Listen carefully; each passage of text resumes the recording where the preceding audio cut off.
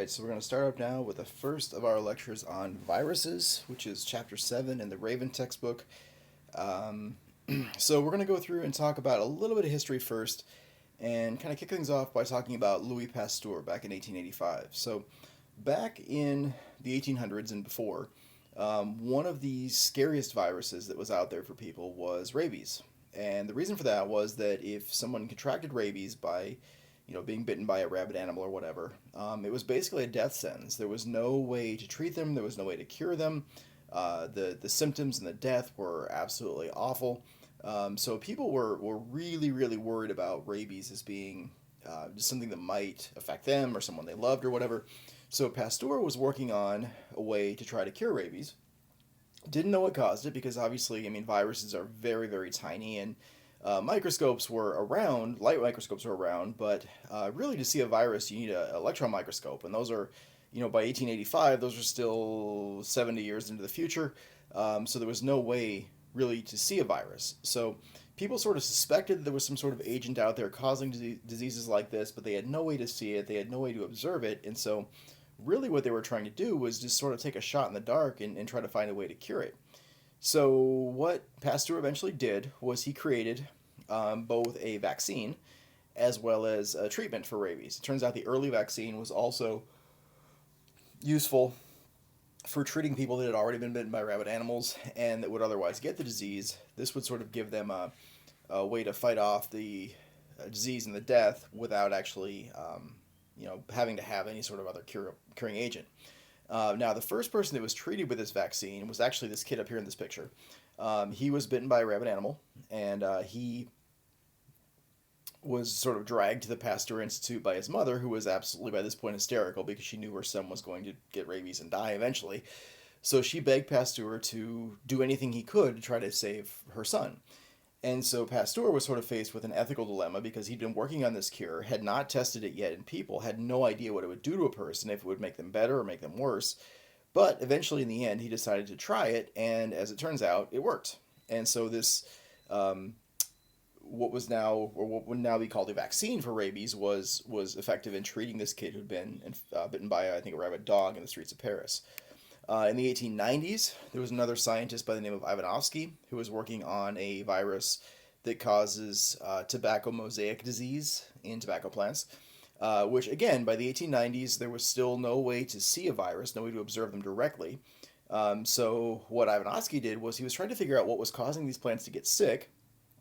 So he would take plants that were infected with TMV, he would essentially juice them, he would grind them up and extract their essence, I guess, if you will, pass that through a bacteriological filter, and expose that now cleansed plant extract to new tobacco plants to see if it made them sick.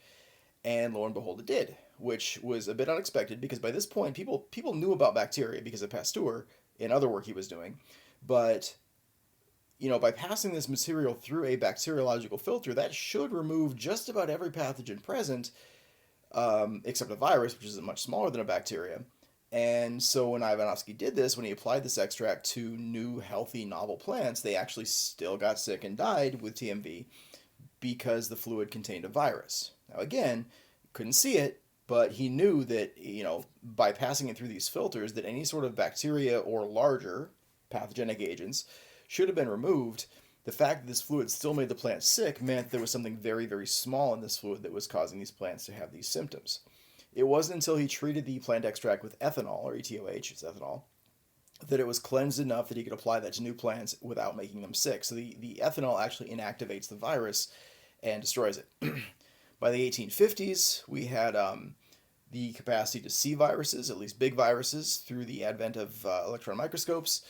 And more recently, we've had issues with things like influenza. Influenza has really been a disease that's always been out there in humans. It's been like literally the number one killer of humans throughout our history as a species.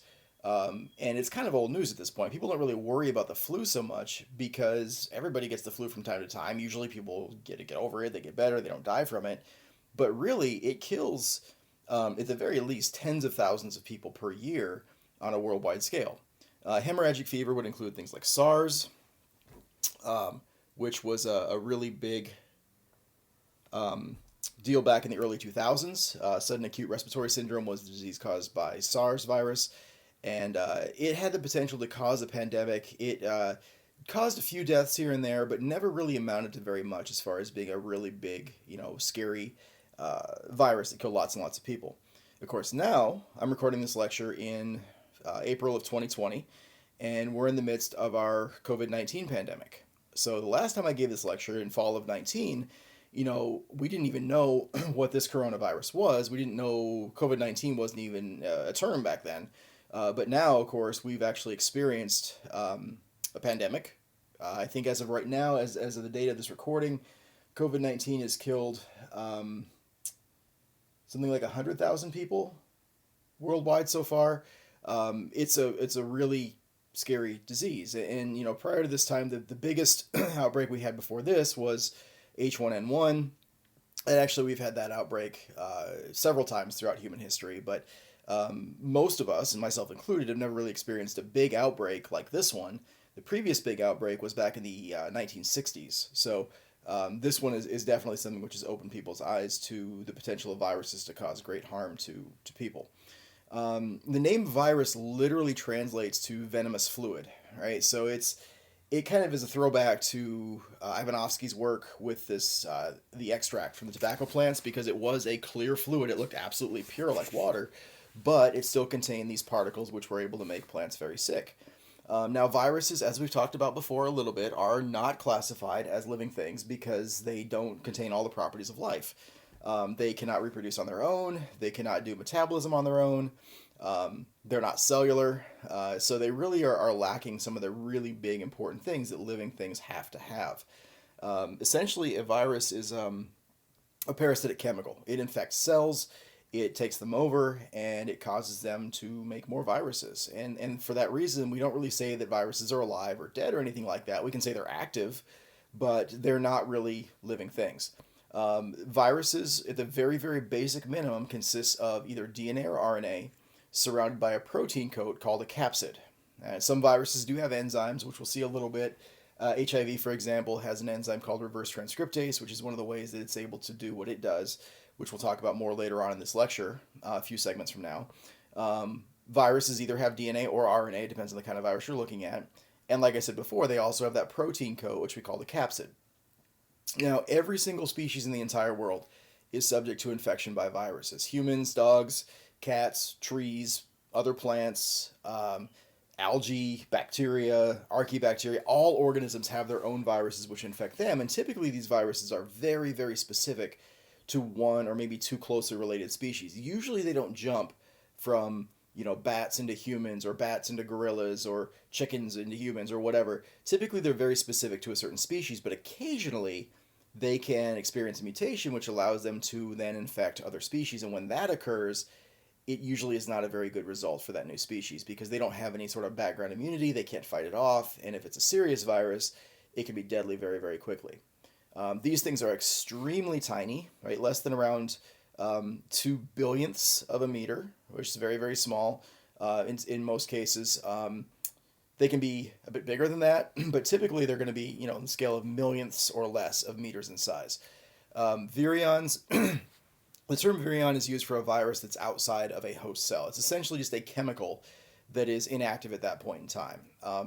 A virion outside of a host cell is about as active as a molecule of water is. It really doesn't do anything if it's not in a host. It's just like any other molecule when it's outside of a host. A lot of our so-called junk DNA that we have in our genome, genes that don't really seem to do very much as far as making proteins or allowing phenotypic kinds of effects, those sorts of things, are the result of viral infection of our ancestors, right? So there are viruses that can take their DNA, they can insert it into our DNA, and then eventually come back out again, but occasionally they don't come back out again, and so their DNA just stays in our DNA, and it's passed on throughout the generations. So actually a fairly large percentage of our DNA is very likely the result of viral infection in our ancestors, and that viral DNA becoming incorporated into the human genome, and it's still with us today. So a good way to describe a virus is as an obligate intracellular parasite. So obligate means it has to do something. Intracellular means it has to be inside of a cell. And a parasitic relationship is a type of symbiosis where one species is harmed and another one is helped in the process. So Viruses are obligated to function as parasites inside of a host cell. That's the only thing they can ever do. And when they're not inside of a host cell, then they're just a chemical, essentially. So, like I said before, they have no metabolism, they have no reproduction, they have no cellular structure. They have DNA and RNA, but they don't have ribosomes, they don't have a plasma membrane, they don't have cytoplasm. So, they're really missing three of the four things that you need to be a cell. Viruses just don't have those things. Right? So, DNA or RNA they do have, though. Some viruses will also have what's called an envelope. And a viral envelope is a way for a virus to kind of hide out from a host immune system and escape detection. Essentially, what this is it's a network of molecules on the outside of a virus that sort of makes it blend in with other molecules or other cells inside of a host body. So when the host immune system is looking for foreign agents that might be in the body, if these viruses are like camouflaged, or if they're wrapped up in molecules that look like they're supposed to be there, then the immune system will just kind of leave them alone and not try to fight them off. So it's actually a really sneaky way for viruses to remain in the body and escape detection. All right, so what we're going to do here is I'm actually going to have to cut off this section relatively short, and we'll pick up with a new section here in just a second.